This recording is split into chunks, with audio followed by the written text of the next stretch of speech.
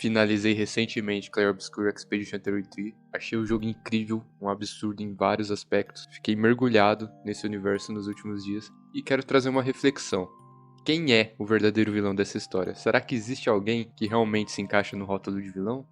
Olá, eu sou o Bruno, sou escritor, e você está no Anti-Spoiler. Esse é um canal de análise de histórias sempre defendendo a cultura de ser contra spoilers, mas hoje, ironicamente, é um vídeo com spoiler. Então se você ainda não jogou Clair Obscur Expedition 33, vai jogar. Salva o vídeo para ver mais tarde, você precisa jogar esse jogo, é uma experiência única. E não deixe que um vídeo no YouTube ou um Reels no Instagram te tire isso para sempre. Mesmo que demore anos, guarde esse jogo pro futuro, você não vai se arrepender. Então vamos à primeira candidata ao título de vilã nessa história. A pintora. Ela está estampada no horizonte de Lumière e ela pinta a morte. Ou melhor, ela pinta o número e as pessoas que estão na idade desse número morrem. E isso já vem acontecendo de forma regressiva até chegar no número 33. Isso é muito bem contado no início do jogo, a dor das pessoas, a dor dos personagens, gerações tentando vencê-las em outras expedições, gerações de sofrimento. E no ponto de vista do jogador, ela é a vilã declarada.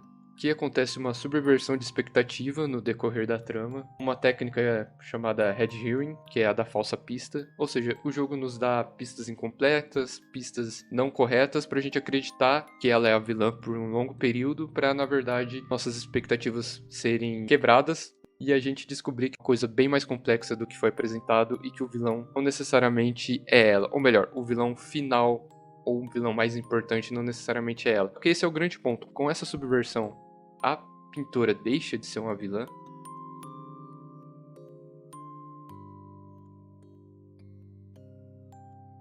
Vamos refletir aqui. O que é um vilão? Tradicionalmente, ele é o antagonista, o oposto do herói, uma ameaça.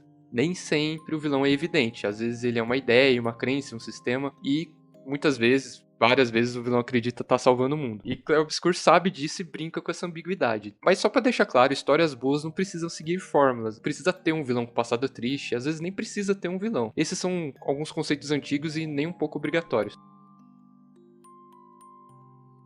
O próximo é o Renoir. E logo no começo ele faz um ato glorioso que um bom vilão faz, que é matar um monte de pessoas. E mais pra frente, inclusive, ele mata o protagonista. É evidente que a gente acredita que ele é o vilão, mas é uma falsa pista também. Ele também é uma peça de um tabuleiro, ele também tem uma complexidade maior. Tanto que ele concorre com o vilão com ele mesmo. Isso é muito incrível pra esse personagem. Então a gente já pode citar o próximo da lista. Agora o verso.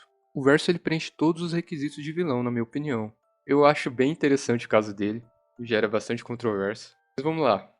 Na lista de crimes, ele mentiu, ele manipulou, ele enganou, tinha um objetivo próprio que ele não contou pro grupo e ele usou o grupo para atingir esse objetivo.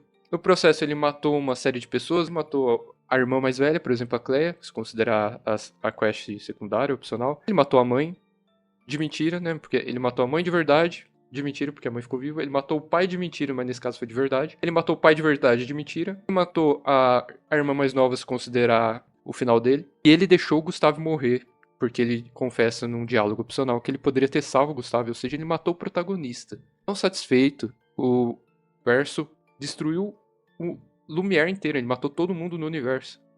Além disso, ele também destruiu o mundo, porque o mundo deixou de existir com a decisão que ele toma no final dele. Ou seja, o Verso enganou, manipulou, matou, mentiu e destruiu o mundo. Ele é o vilão? Esse eu acho que eu não tenho muito do que falar. Ele é o vilão mais bem estruturado, tudo que é apresentado com ele faz sentido, tem uma justificativa lógica, você entende ele, ou melhor, na minha opinião, eu consigo entender ele bem mais. E com isso, a profundidade dele é justificável, o que não deixa tão complexo. Mas também não exime ele de responsabilidades cruéis que aconteceram nesse universo. E a Mael? Ela também pode ser vista como vilã.